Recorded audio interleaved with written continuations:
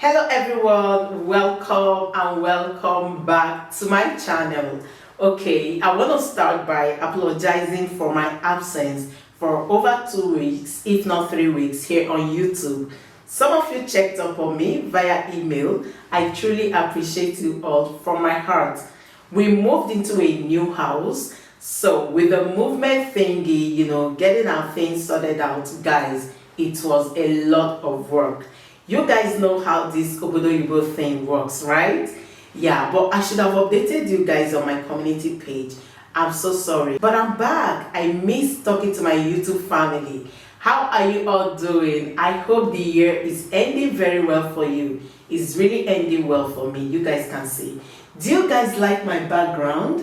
Yeah, this is my filming room. My husband and I used one of the rooms as our workspace or workroom.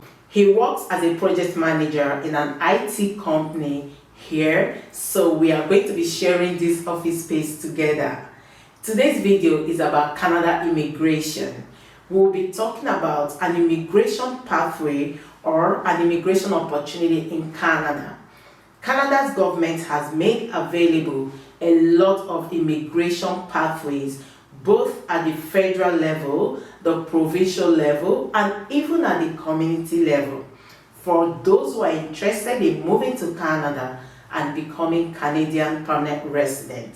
And I'm talking about a pathway that most of you must have already known. So we chose this program out of the many programs or streams that Canada has or has made available, because this program does not require you to get a job offer. You don't need a job offer as one of the criteria attached to this program. The second reason why we chose this program is because it does not require a family or friends connection. So if you have no one in Canada, you can apply for this program. The third reason why we chose this program is because it's being run by a community in one of our favorite provinces. This province, we've talked about it a lot of times here on my channel. They have interesting immigration streams or programs. You can check my playlist if you haven't seen those videos. If you also have a very low English language proficiency score, trust me, you can apply for this program. My husband will be talking about the process of getting started if you're interested in applying. And if you're watching my smiling face for the first time, you're welcome. My name is Ammy. I and my husband talk about everything immigration, relocation, and studying abroad. Kindly subscribe to my channel if you love immigration content. Don't forget to press the bell icon so you'll be notified whenever I post a new video. Please don't forget to share my videos with your friends and your loved ones, and keep watching. Hello guys, you're welcome to Immigrate with Ammy. As you know, it's always a pleasure speaking with you. We are talking about a community-based program that is put in place by a community known as Winkler and the RM Stanley. Okay, so this is actually an industry and service hub for southern Manitoba. This is a region or a part of southern Manitoba that have their own regional immigration program. So this is actually a region that provides a great combination of work opportunities and quality of life, and they are looking for a way to invite skilled workers who are qualified to come in to develop economically that part of southern Manitoba. So I'll be showing you guys the eligibility criteria for this program. Winkler and the RM of Stanley is running at the moment, and I'll be showing you a lot more useful information. This is also a program that you can apply for right away once you have the requirement ready. Okay, so they have a platform that you can apply for that program on that platform. Okay, and I'll also be showing you the application page and some other useful information. So this is the homepage of the immigration program for Winkler and the RM of Stanley, which is like a region in southern Manitoba. And what we are interested in is the WSEDC Pilot Manitoba Immigration Initiative. Okay, so we want to look at the initiative eligibility and how you can take advantage of this particular program. Basically, how does it work? So it works from the community level to the provincial level and then to the federal level, meaning that even though it's the community that is running this program, it is still somehow a part of the Manitoba provincial nomination program. Okay, and once you get a community letter of nomination, then you can actually use that to complete your application for the Manitoba provincial nomination program, which gives you a nomination certificate that you can now use in the federal express entry system. Okay, so these are 3 programs that are actually linked together, but it starts from the community level. So let's take a look at their eligibility criteria. The first one is the language proficiency. So what they need is that if you write the IELTS English language proficiency test, you need to only have a minimum of Canadian language benchmark 4 in each category. So in the listening, speaking, reading, and writing, as a minimum. Of course, I'm not telling you to aim for the minimum, all right, but I'm only telling you that for the eligibility for this program, you only need a CLB level 4. If you want to convert that to the raw, score in IELTS, how do you convert that? Canada Immigration has a language test equivalent table. If you write the IELTS general training test, this is the equivalency chart that helps you convert what you score in your IELTS to the Canadian language benchmark. So this program needs a CLB minimum level 4.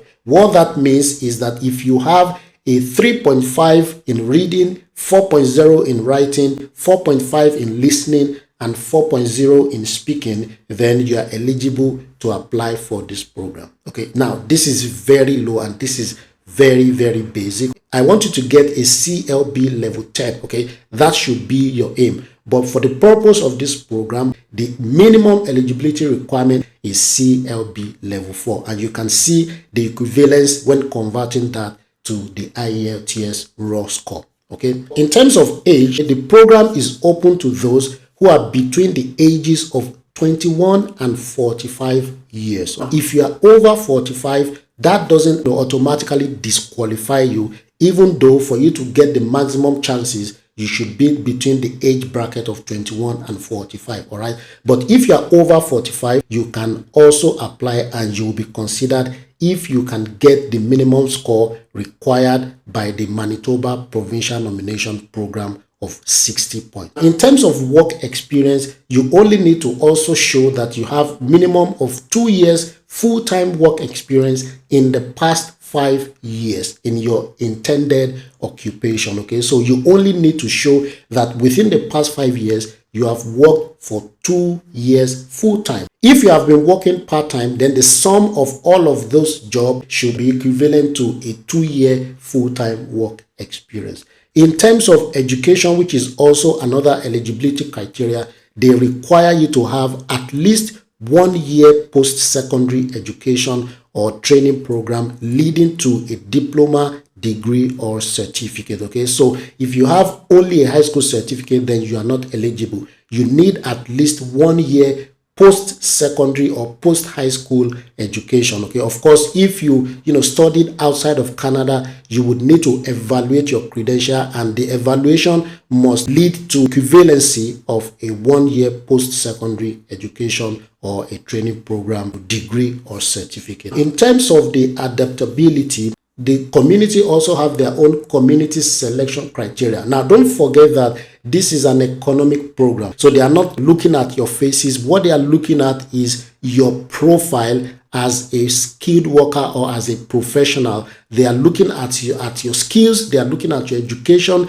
They are also looking at the work experience that you have. When it comes to what skills or what experience communities or provinces are looking for, it is not static. It's always changing. So as at the time that you are ready to apply, your skills or your occupation code must fall between what the community is looking for. And this actually requires some form of research. So on an ongoing basis, you need to keep checking what this community needs, what are the economic needs, what jobs are in demand in that community, and then you can see how you can adapt your profile to what the community needs, because adaptability is one of the most important factors. Again, you need to also understand that for Canada immigration, you need to have settlement fund. And for this program, the amount of fund required can be found by, they have provided a link where you can see the amount of settlement fund that you need. But I can also show that to you here.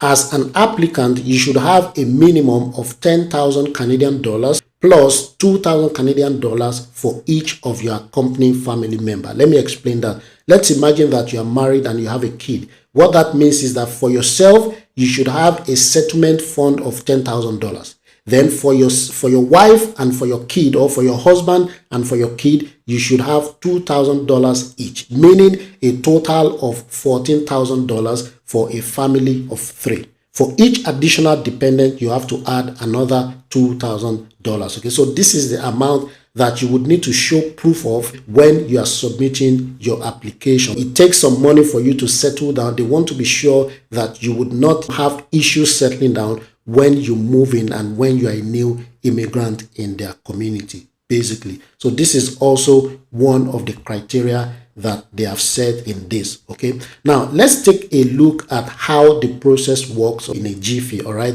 so basically the first thing is you would need to check the criteria, the minimum requirement, to see if you meet that. Now the second thing is for you to complete the pre-application form, and I will show you the link where you can actually see that pre-application form. After you have submitted that form, the community will review your form. So they have an office and they have a team that they have set up whose job is to review the applications that have been submitted. And if they determine that your skills and experience are needed in their region, your information will be given a second review by a community selection committee.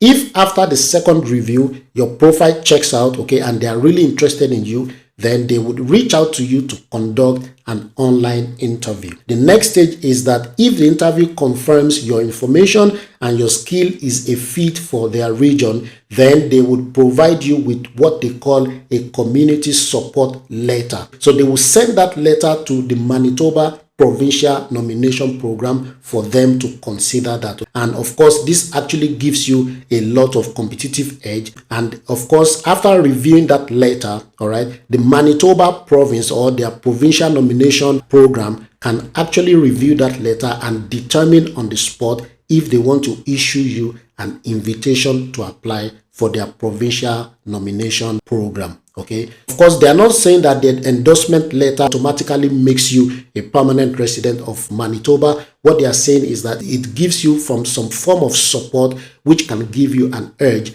and can make you, easily get the provincial certificate. Okay, so once you have an ITA, then you can set up an expression of interest. We've done videos on how to set up the expression of interest, and if you need more information, of course, you can reach out to us and we can discuss that one-on-one. Once your expression of interest profile is entered into the provincial applicant draw and your profile is selected, what you would receive is a letter of advice to apply. All right, so once the Manitoba Provincial Nomination completes your assessment and makes a determination of whether to nominate you to the federal government of Canada, then you will actually get a final approval on your application. Okay, so this is basically in a nutshell how this application works. Basically, if you want to get started with this community-based program, they have a link under this page where you can just click on get started, and that brings you to the application page. Now, the way the application is being managed is that it is not always open at all times. So since they are receiving applications from time to time, what they usually do is that when they have received up to a number of applications, they will close the application page to consider what they have received, and then when they are done with that batch, they would reopen the application. As you can see on the application page, application for 2023 is already closed. They would reopen on January 2nd, 2024. Okay, so between now and then, you have time to review this portal, get all your requirements ready, and position yourself for January 2nd, 2024. So guys, this is a great program from Manitoba. Manitoba is a wonderful province when it comes to immigration opportunities. And of course, we've done a lot of videos, but we are focusing on this stream of immigration. So guys, take a look. We have added the relevant links in the video description. Make sure you check it out and make sure you position yourself for this. Thank you so much, guys, for watching. Have a lovely day.